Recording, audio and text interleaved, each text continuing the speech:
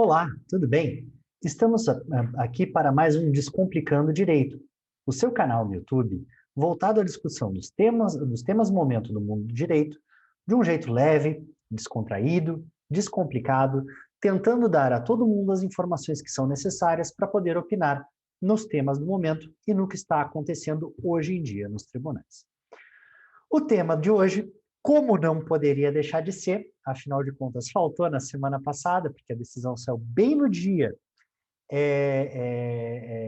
que eu estava gravando o vídeo, é a decisão do STF, da segunda turma do STF, que declarou a parcialidade do juiz Sérgio Moro nos processos envolvendo o ex-presidente Lula.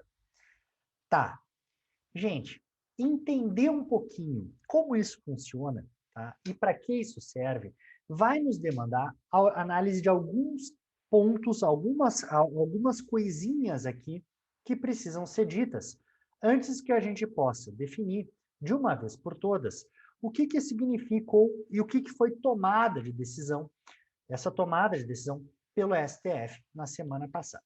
Bom, em primeiro lugar, o que aconteceu no caso, tá? O que se deu no caso concreto, foi que a turma do Supremo Tribunal Federal entendeu, por maioria de votos, a declaração de suspeição do juiz Sérgio Moro. Gente, a suspeição, ao lado do impedimento, vão dizer respeito a um tema que no processo civil a gente costuma chamar, e no processo penal também, a gente costuma chamar de imparcialidade do juiz. O que é essa tal imparcialidade do juiz? Em tempos remotos, gente, e quando eu falo aí tempos remotos, eu não estou falando exatamente de muito tempo atrás, mas basicamente da época em que se criou a teoria da separação dos poderes, que foi idealizada basicamente por um tal de Barão de Montesquieu, né? Foi criada a ideia, tá, de que o juiz deveria ser neutro, tá? Vamos retomar um pouquinho a ideia, porque isso aqui é interessante da gente conversar um pouco. O Barão de Montesquieu, um autor francês famoso famoso na época da Revolução Francesa, tá? Ele tinha por conceito, ele tinha por ideia, tá, que o poder judiciário não seria efetivamente um representante do poder estatal. O poder judiciário, os juízes, melhor dizendo, já que ele não reconhecia como um poder, não teriam uma função semelhante aos poderes do Estado, que ele reconhecia apenas dois: o executivo, representado pelo monarca, e o legislativo, representado pelas assembleias. Ok? E nessa história, qual que era o papel do juiz? Gente, nessa história, o papel do juiz, pensado de acordo com a teoria clássica de Montesquieu, seria de apenas e tão somente dizer o direito, tá? Gente, vem daqui uma frase que se tornou famosa, tá? Nos tempos remotos, que dizia que o juiz era la bouche de la loi, tá? No francês, que significa a boca da lei. Não cabe nada mais ao juiz do que não apenas e tão somente ser a boca da lei. Não cabia a função interpretativa, não caberia a função criativa, não caberia qualquer coisa nesse sentido.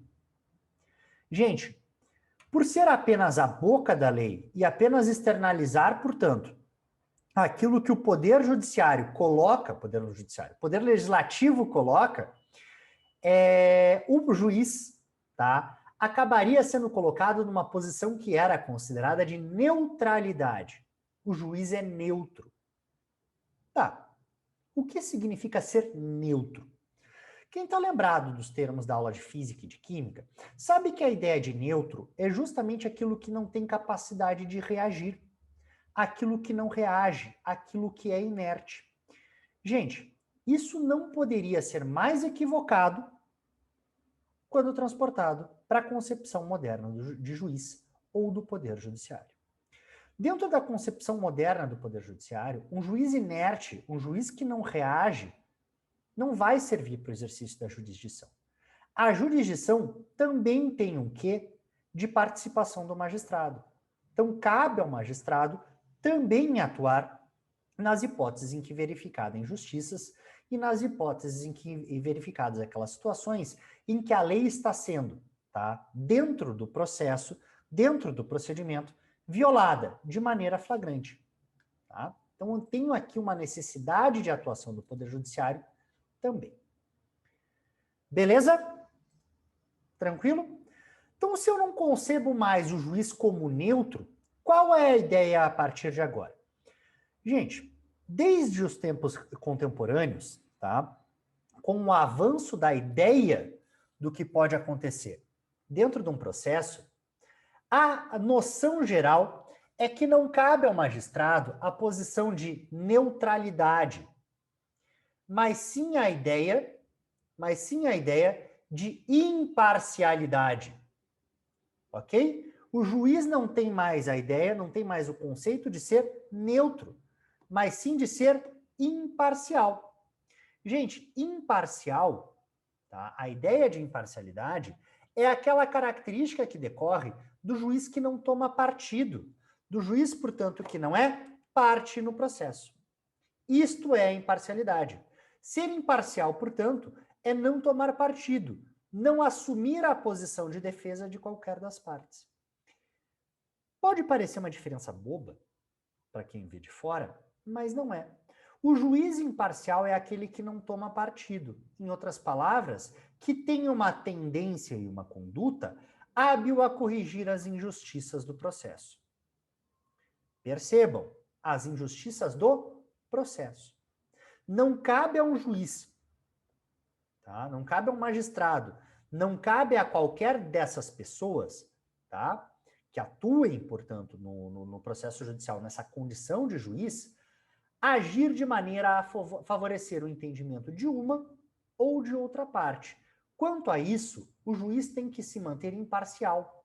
Ficar, portanto, equidistante, que é o termo que o processo usa, entre as duas partes. Não ser nem a favor da tese de A, nem a favor da tese de B. Não cabe ao juiz, portanto, assumir a posição de advogado. O juiz é imparcial. Em outras palavras, ele não é parte no processo. Beleza? Pode ser corrigidas injustiças, pode ser trabalhadas as questões do processo de maneira a tentar chegar ao resultado mais favorável, mas isso tem que se dar dentro de um limite, tá? Dentro do limite que diga respeito à própria equidistância entre as partes. Não, volto a repetir, não cabe ao magistrado, não cabe ao juiz agir em processo de maneira a favorecer a parte A ou a parte B. O juiz não é advogado. O juiz não persegue teses jurídicas. Ok? Quando muito, cabe ao juiz a atuação no processo de maneira a se conduzir para chegar à melhor prova possível. Mas isso jamais tem que se dar com o escopo do juiz. Eu acho que o Ministério Público está correto, eu acho que o autor está correto, eu acho que o réu está correto, eu acho que a defesa está correta, tá? Não cabe, portanto, ao juiz esse juízo apaixonado, essa atuação apaixonada no processo. O juiz é imparcial. Ok? Tranquilo? Dentro do processo civil e do processo penal, existem duas grandes diferenças, duas grandes grandezas aqui, que podem pautar aqui que o juiz fira esse pressuposto da imparcialidade.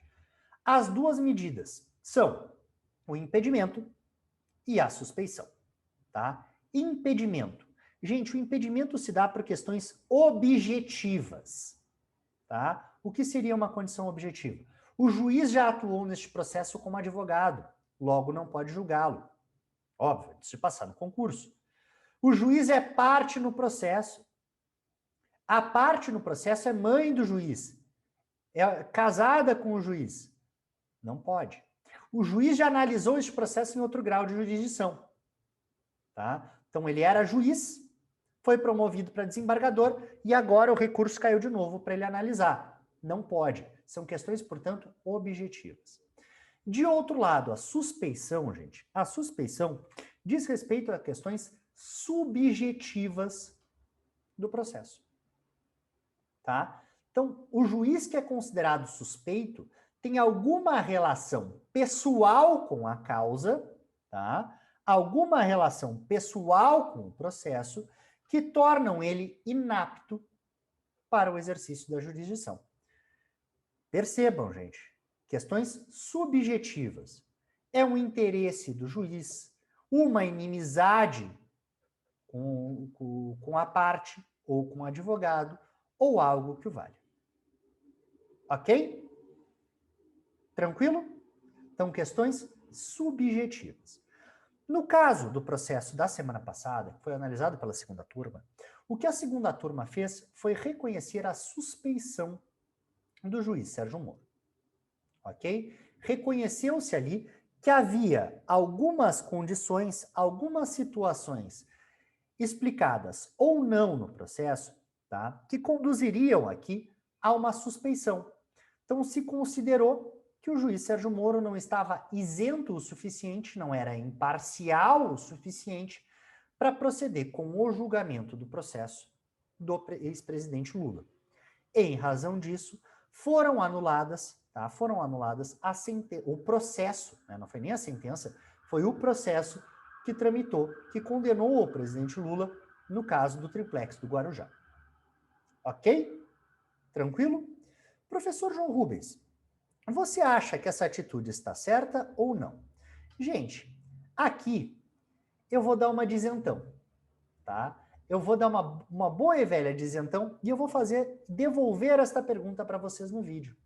Gente, vamos analisar o histórico do que aconteceu, ok? Peguem este caso, que talvez tenha sido o processo judicial mais bem reportado de toda a história do Poder Judiciário brasileiro. Acho que nunca um processo judicial ganhou as mídias da mesma forma que ganharam os processos que opuseram o ex-presidente Lula com o ex-juiz Sérgio Moro, tá? Então façam essa análise, façam a partir da vista do caso concreto, tudo o que aconteceu. Então eu posso considerar que houve um ato de parcialidade na condução coercitiva? Sim ou não? Isso é corriqueiro no processo? Sim ou não? Ok? Dentro da quebra de sigilo de telefone, que inclusive quebrou o sigilo de telefone dos advogados do ex-presidente Lula. Ou seja, as chamadas pelas quais o ex-presidente Lula discutia questões de defesa ou não. Ok? Dentro desse cenário, parem e pensem, coloquem a mão na consciência e façam uma análise aqui, tá? Não apaixonada pela política, tá? Não pensando o ex-presidente Lula é ou não é culpado pelo caso do Guarujá. Isso aqui é uma questão que até nem entra no mérito, mas analisar se a conduta das medidas que foram deferidas foram ou não foram corretas, analisando a partir da imparcialidade, ou desta noção, tá, de que o juiz não deve favorecer nem ao Ministério Público, nem a defesa em processo penal. Ok? Eu acho que esse é o ponto de vista. Eu não vou dar a resposta, até porque, eu vou ser bem sincero com vocês, eu tenho cá minhas dúvidas tanto na tese do lado A, quanto eu tenho as minhas dúvidas quanto à tese do lado B. Ok? Mas eu acho que se vocês tirarem o caráter apaixonado de o ex-presidente Lula, é corrupto, não sei o que, isso e aquilo, e analisarem de uma forma objetiva, parando para pensar que o juiz tem que ficar equidistante entre as partes, não pode nem favorecer a acusação, nem a favorecer a defesa, eu acho que vocês são plenamente capazes de chegar a uma conclusão talvez muito interessante sobre esse julgamento do STF. Mas tem duas coisas que a gente precisa pontuar. Primeira, a mudança de entendimento da ministra Carmen Lúcia, que acabou votando num primeiro momento por rejeitar a suspeição e, no último dia do julgamento, como último voto, ela pediu a palavra para trocar o seu entendimento e declarar a suspeição. Já recebi perguntas. Professor João, isso é possível? Sim, gente. Tá? Quando eu falo de um órgão colegiado, como é o caso do STF, tá? das duas turmas do STF, o que acontece? Tá? Todos os ministros, como vai acontecer com os desembargadores nas turmas ou nas câmaras dos tribunais de justiça, tribunais regionais federais, tá? Tanto os ministros quanto os desembargadores, até que se acabe a votação, tá? Então, até que seja declarado o julgamento do processo, podem trocar o voto. Não que seja alguma coisa comum, tá? Não que seja algo corriqueiro, mas é normal, é permitido, faz parte do jogo processual, tá? Então, a troca de voto aqui da ministra Carmen Lúcia não teve nada de irregular, não teve nada de estranho. Pode até ser raro, pode até não ser comum, tá? Quanto a isso, nenhum problema. Mas quanto à questão de isso aqui ser proibido ou vedado, não existe. É permitido, é legal, pode acontecer. Agora, o segundo ponto me causa um pouco de estranheza. Gente, ao declarar, tá? Ao declarar a incompetência da jurisdição da 13ª Vara Federal de Curitiba, encaminhando os autos para o Foro de Brasília, tá? Pelo menos ao que me parece, ao meu sentir, isso aqui teria causado, teria trazido como consequência a perda de objeto da ação de suspeição. O que você quer dizer com isso, João? Bom, o que significa a perda de objeto? Significa dizer que a análise da suspeição já não tem mais razão de ser. Por quê? Porque as sentenças já estavam anuladas. Todas as sentenças estavam anuladas e tinham sido remetidas para o juízo de Brasília, para que o juízo de Brasília pudesse tomar a decisão sobre aquele caso. Ok? Me parece que a partir deste momento, caberia ao juiz de Brasília decidir se houve ou não houve uma condução inválida do processo e se, nessa medida, haveria ou não a possibilidade de manutenção dos autos. Ao avocar a função para si e anular o processo como um todo, tá? E aqui o processo do Guarujá, porque eu quero deixar bem claro que isso aqui não foi estendido aos demais processos que envolveram o presidente Lula, pelo menos não nesse momento, tá? Não houve essa extensão aos demais processos, isso aqui acabou se tornando uma medida de fato curiosa. Porque o ex-juiz Sérgio Moro conduziu tanto o processo do triplex do Guarujá, quanto conduziu, até boa parte, o processo do sítio de Atibaia. Só que por ter sido sentenciado pela doutora Hartmann, que passou a ocupar a 13ª Vara Federal, não mais se discutiu, tá? Não mais se colocou em xeque a suspeição naquele processo. Ou, pelo menos, isso teria que se dar em outro procedimento. Ok? Então, isso aqui, pelo menos, me pareceu uma atitude um tanto curiosa. Tá? Me parece que com a declaração da própria incompetência da 13ª e a transferência ao juízo de Brasília, me parece que seria caso de deixar a cargo do juízo de Brasília decidir sobre a questão. E aqui, como um juízo competente e possivelmente não suspeito para análise do feito. Enfim, foram essas considerações. Quanto à resposta de mérito, eu deixo para vocês, eu deixo para um juízo de consciência de vocês o que vocês pensam sobre o tema. Aliás, se vocês quiserem me dizer, eu ficaria muito feliz de receber os comentários de vocês, do que vocês puderam entender, e postassem aqui no nosso comentário. Quem curtiu, deixa um joinha no vídeo, coloca o sinozinho ali, a campainha para poder lembrar, para serem avisados quando os novos vídeos saírem. Quem curtiu, comenta. Quem não curtiu, comenta também. Eu acho que esse é um caso interessante para ouvir um pouquinho sobre o que vocês têm a falar sobre o tema. Muito obrigado. Pessoal, semana que vem temos mais um vídeo. Nos acompanhem aí pelo YouTube. Tem sido um prazer fazer isso aqui com vocês. Esse foi mais um Descomplicando o Direito. Até a próxima.